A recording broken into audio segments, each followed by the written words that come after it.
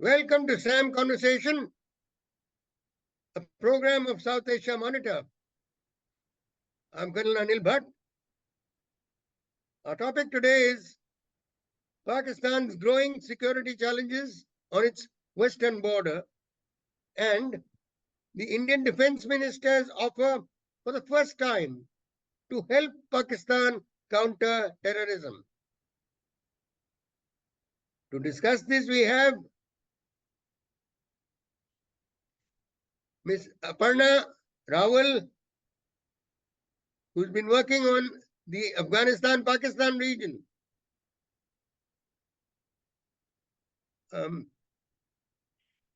Pakistan has been facing many challenges on its within its the country and on its border with Afghanistan and its relations with Afghanistan too. The Taliban there are strained. In the past year, 2023, almost every month since January 23, there have been about 7 to 8 per month attacks on Pakistan Army. The months of May, April and May, the figure was higher. And in the recent past also, there's been a lot of tension between the Tehreek-e-Taliban Pakistan and the Pakistan Army and the Afghanistani Taliban. It's another story that still doesn't stop the Pakistan Army from launching all kinds of propaganda offensives against India. Aparna, would you please, share your thoughts on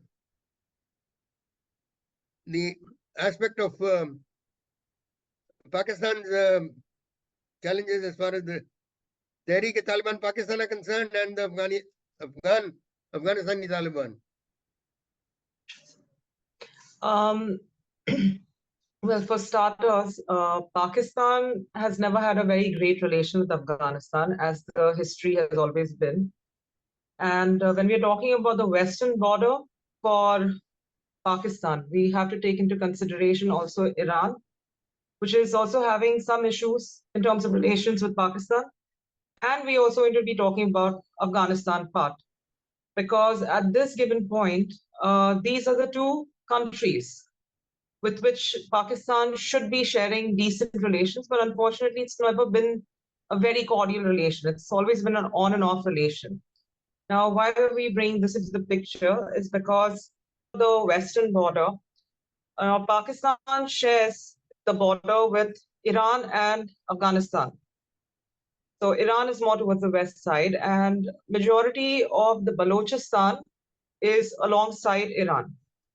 Now, in the past couple of years, like I think since Pakistan came to independence, Iran has always had a decent relation with Pakistan, while in terms of Afghanistan, Pakistan has never had a very good relation with Afghanistan.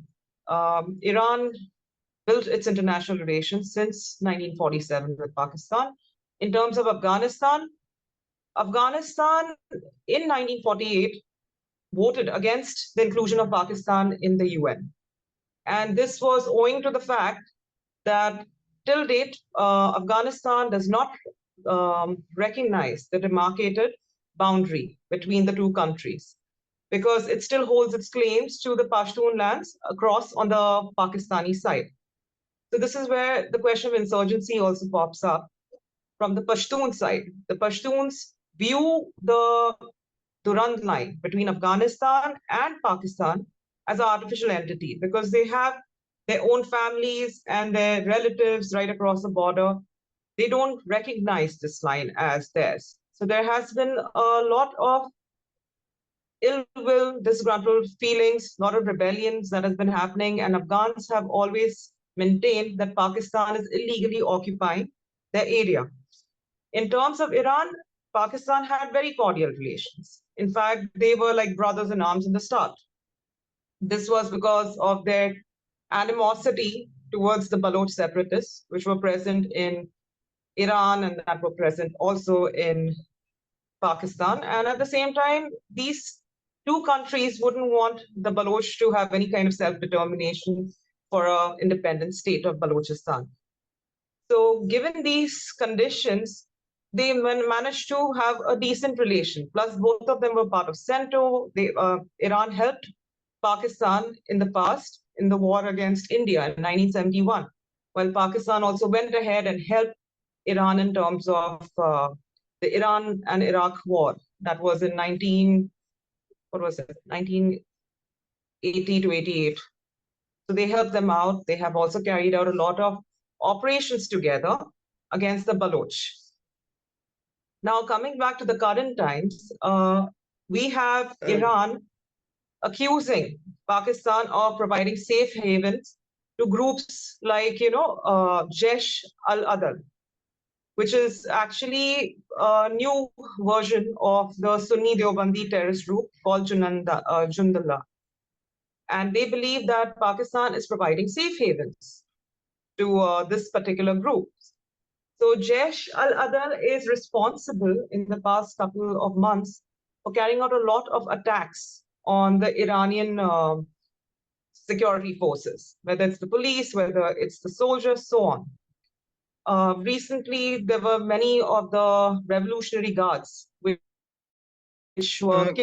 Just, if I may please request you to elaborate a little bit on Jaish al-Adl. Jaish al-Adl, sir, is actually... What's its composition? It's a new iteration of Jundullah. Now, Jundullah was basically a group of extremely orthodox Sunni Deobandi group. And it was later on disbanded. Of which region? This is of Iran, the Balochistan, Iran area. So these people are, Jundullah is basically operating from Pakistani side, as Iran is claiming. Iran was saying that these people were, Pakistanis were giving safe haven to these groups. Now, Jundullah was disbanded by 2010. By 2010, the group was disbanded upon the arrest of its emir, Abdul Malik Rigi. He was eventually executed. But however, this particular group, Jaish al-Adl, which has been claiming attacks recently, these guys, they advocate for the right of the Sunni Baloch present in the Iranian part of Balochistan, the Sistan area. And they are catering more to the Sunni citizens of Iran, Sunni Baloch citizens, to be more precise. So with this in mind, the attacks are being carried out also on the Shia communities, because this particular group, Jaish al-Adl, which is called the Army of Justice, it is very anti-Shia. So they have carried out plenty of attacks in different regions, like since 2014. And these are areas of Saravan, Kasre, Kand, Negur, all inside Iran's Sistan and Balochistan province. Jaish al-Adl has mostly targeted the Iran security forces. Now, these attacks involve like suicide bombings, IEDs, kidnappings, killings, so on. So Iran has been completely threatened by this particular group. Now, they somehow believe that all these attacks are happening from the Pakistani soil. They're orchestrated from the Pakistani soil. Hence, when in 2019, 27 of their Revolutionary Guards were killed in one of the attacks claimed by Jaish al-Adl, Iran criticized Pakistan for not doing enough to curb its inability to stop the terrorism on its soil. That time, however, Pakistan had complied with the investigation and tried to help with that. However, that didn't stop, because later on in the following years, Pakistan also started getting attacked from BLA and BLF, BLA Baloch Liberation Army and Baloch Liberation Force. Yes. These were having their safe havens in Iran, as Pakistan has claimed. So both countries have been at each other's throats pointing fingers, saying that each is giving a safe haven to the other. And with so much building up in 2023, after numerous number of attacks in Iran from the Jaish al-Adl cadre, what happened was Iran decided to carry out a strike. Just a moment. Yes. Just a moment, Aparna, please. Sorry for stopping you. Balochistan, there's a lot of Chinese there. Are there reports of these Balochi groups targeting the Chinese also? Yes, it's still very much existent. In fact, the Baloch insurgency in Pakistan, even though the Pakistani media says that it's come under control, it would be foolish to actually consider it as any kind of lesser frequency of the Baloch insurgency at the moment. Because the kind of environment that has built in Pakistan at the moment is that most of the insurgents have joined hands with the likes of TTP, Tehrik-e-Taliban Pakistan, also called the Pakistani Taliban, the Sindhu Desh Revolutionary Army, and a lot of new splinter groups have popped up. So if we are talking about them targeting the Chinese, yes, it's very much happening right now, because according to the Baloch, with the Chinese colonization, they believe that the Chinese will marginalize the Baloch population in Balochistan, Yes.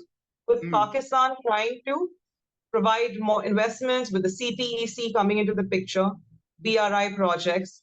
Gwadar now has been completely sealed off with like military forces without people getting entry in that area. Baloch feel that somehow they're being exploited. Their own minerals and resources are being exploited, with them to not gain from it. Plus, there have been a lot of reports, like in a couple of years ago, there was a Major General Ayman Bilal who was ordered by the Chinese to carry out a kill and dump policy in the area of Balochistan. He carried out this Operation Ground Zero in order to curb the Baloch insurgency. And this meant like wiping out the Baloch race. The people in Balochistan don't get the basic education. At the same time, their own language and their heritage, culture, it's all being curbed as the way Punjab wants it. So the people of Balochistan are actually somewhat feeling very disgruntled because of this. And at the same time, this is a form of colonization, because the people are going missing. If you raise your voice against the military, the Pakistani military, or any of the law enforcements, you are going to go missing. There'll be abductions. And these have been going on for a very long time. The protests are falling on even like the deaf ears. So coming back to the terrorism angle, yes, TTP also has joined hands with the Baloch network, which is working under BRAS. You have BLA, BLF, all working together. So now the human intelligence also has increased, area of influence also has increased. So insurgency has been on a complete uptick at this point. Not to mention, Pakistan was hoping that after the exit of the Americans from the Afghan soil, they would have some kind of a strategic depth in Afghanistan, since they had been helping Taliban out for a very long time. During the Afghan-Soviet war, Pakistan was funding the Mujahideens fighting in Afghanistan. And at that time, even Iran was backing them. But what happened was, when Pakistan, in the third Afghan war, Afghan civil war, when Pakistan changed its alliance completely to Taliban, this is where Iran backed out, because Iran was fighting for the Northern Alliance. They were fighting with the Northern Alliance, which was completely anti-Taliban.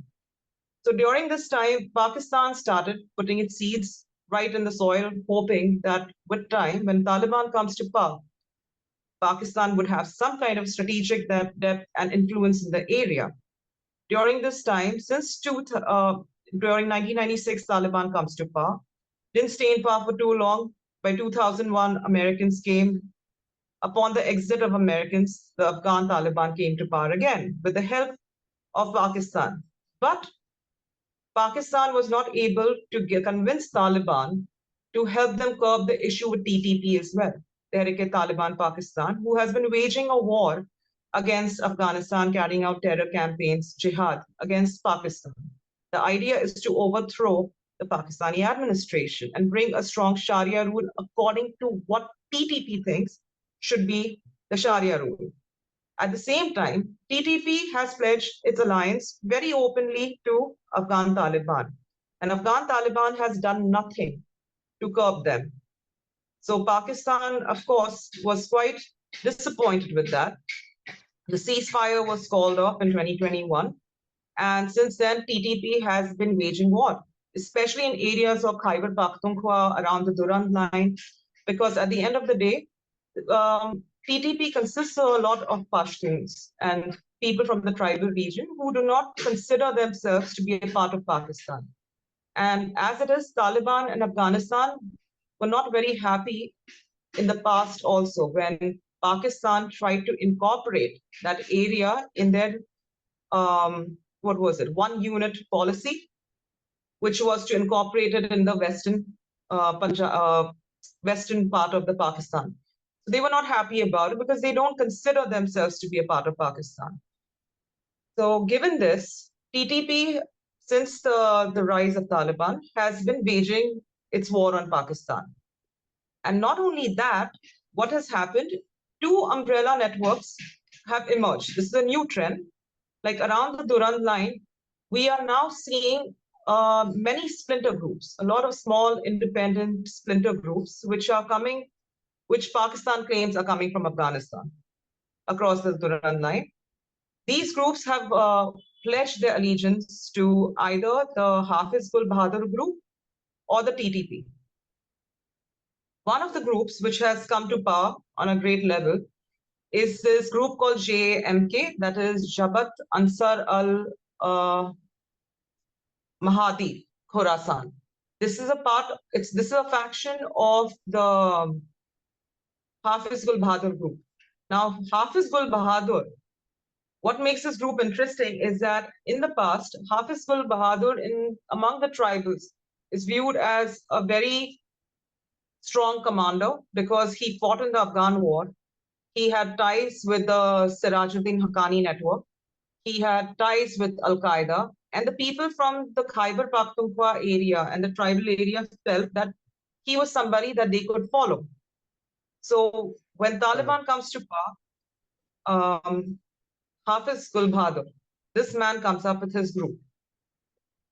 Pakistan tried to make a deal with this man, hoping that they would come into some terms to curb the terrorism from the TTP end, because this man was the deputy emir of the... Aparna? Yes. Aparna, may I please here a moment? Who are funding these groups? Where are they getting their arms from? These are basically now the TTP, I take it. The TTP, most I of take them, it may be, the TTP may be stealing them from Pakistani armies. Yes. Please also. Anyway, please go ahead. Just try and throw light on. The reason I want to touch up on this Hafiz Gul Bahadur group is because the way it's emerging now, it's a new group, the new faction, JAMK, which is emerging, is actually reaching prominence at a very short span. And not only are these new people who are coming in, the TTP core commanders or the TTP cadres that are actually coming across now, these are no longer the illiterate people or the tribal people fighting from the mountains anymore. It's no longer the attack and scamper policy. Like they're not carrying out a guerrilla style kind of a warfare. These people actually, just like TTP, BLA, the Baloch insurgents, they have this brigade called the Majid Brigade, which is a straightforward suicide brigade. The idea is to go create maximum damage, get their aims clear. It's no longer hit and scamper. Same thing is going on with the TTP people. Not only are they recruiting individuals who are very well educated and tech savvy to be more precise, because now we are also seeing, like BLA, BLF, SRA, Sindhu Desh Revolutionary Army, we are seeing that even like these groups that are coming out of TTP are making claims and attacks on social media. They know how to use technology to gain traction, prominence, awareness, while they're also making the claims openly known. We wouldn't know about a group like JAMK unless we knew who was the one claiming the attacks. And now the attacks are being claimed soon after the attacks are happening. So this particular group was a faction of the Hafiz Gul Bahadur group. But unlike its parent group, it is actually more proactive on the social media. It doesn't shy away from the claims. So now we are seeing splinter groups coming into the picture, and they are definitely more highly capable and efficient at carrying out their attacks and claiming the attacks. So this is a new trend that has started with the splinter groups. And we're looking at TTP and HGB, that is Hafiz Gul Bahadur Group, as the two main networks that people are joining. If you're not joining these two, we're seeing a lot of them joining ISK Khorasan. There has also been claims that in order to curb the TTP threat that is coming into Pakistan, Pakistan has invited the ISIS Khorasan, who's also a rival of Taliban, to come and stay in the ISI guest houses. There's a deal that has been signed. And this deal is the Daburi agreement that they came up with, named after a village from where one of the ISIS leaders belonged. So according to this deal, both of them are killing two birds with one stone. ISK wants to have its traction in Afghanistan and counter Taliban. And Pakistan wants to take care of TTP. Now, So, tell me, yeah. Aparna, with all this happening, Pakistan still manages to, pump in terrorists in Jammu Kashmir, maybe less than earlier in the valley, but they certainly in slightly south in that region, it's increased, and even in the valley, the threat is still there. The old targeted areas, the threat is still there, and the Mr. Rajnath Singh, defense minister, has sent very terse, messages that you better, behave, or we can we हम घर में घुस के भी आपको मार सकते हैं. Well, that was done only once on the land in 2016 by way of what we refer to as surgical strikes, and a very well coordinated air attack on Balakot by the Indian Air Force was done in 2019. But these are single, we haven't done anything beyond that. What do you see the effect on India as with all that is happening? At the moment, all that sir, you already. With the way things are going on, Pakistan is already looking like a sinking ship. Its relations are definitely in a very bad state with Taliban, and India and Taliban are sort of warming up to one another. In one front, at least, there is a hope that we might be able to counter a certain amount of threats with this kind of relation if we allow it so, but in a more cautious way, given that Taliban themselves were insurgents who have now turned into an administrative government. So we have to tread carefully. Maybe we can cultivate on that kind of a relationship and hope that we can counter an enemy. And also, we need to wind up soon. And as far as the offer by Mr. Rajnath Singh to Pakistan that for the first time that do you need any help from us? How do you think that is being viewed? I personally don't see that being viewed very. I think so. It was more of a scathing remark to hit under the belt, given that the elections are nearby. Yeah. And the way I see it, we are already carrying out Operation Sarva Shakti around the Pir Panjal, south of the Kashmir area. That is being done from the Indian Yes, side. yes. And if there are COVID operations on the way, I don't think it's going to be disclosed anytime soon to the public. But as far as we are concerned, I think why interfere or disturb the enemy when it's making its own mistakes? Might as well sit and watch it take itself down. Yes, yes, yes. Anyway, Aparna, I'd like to thank you for for all that you explained about these groups, and uh, we'll keep our eye on these and meet again. Thank you very much. Thank you very much for having me.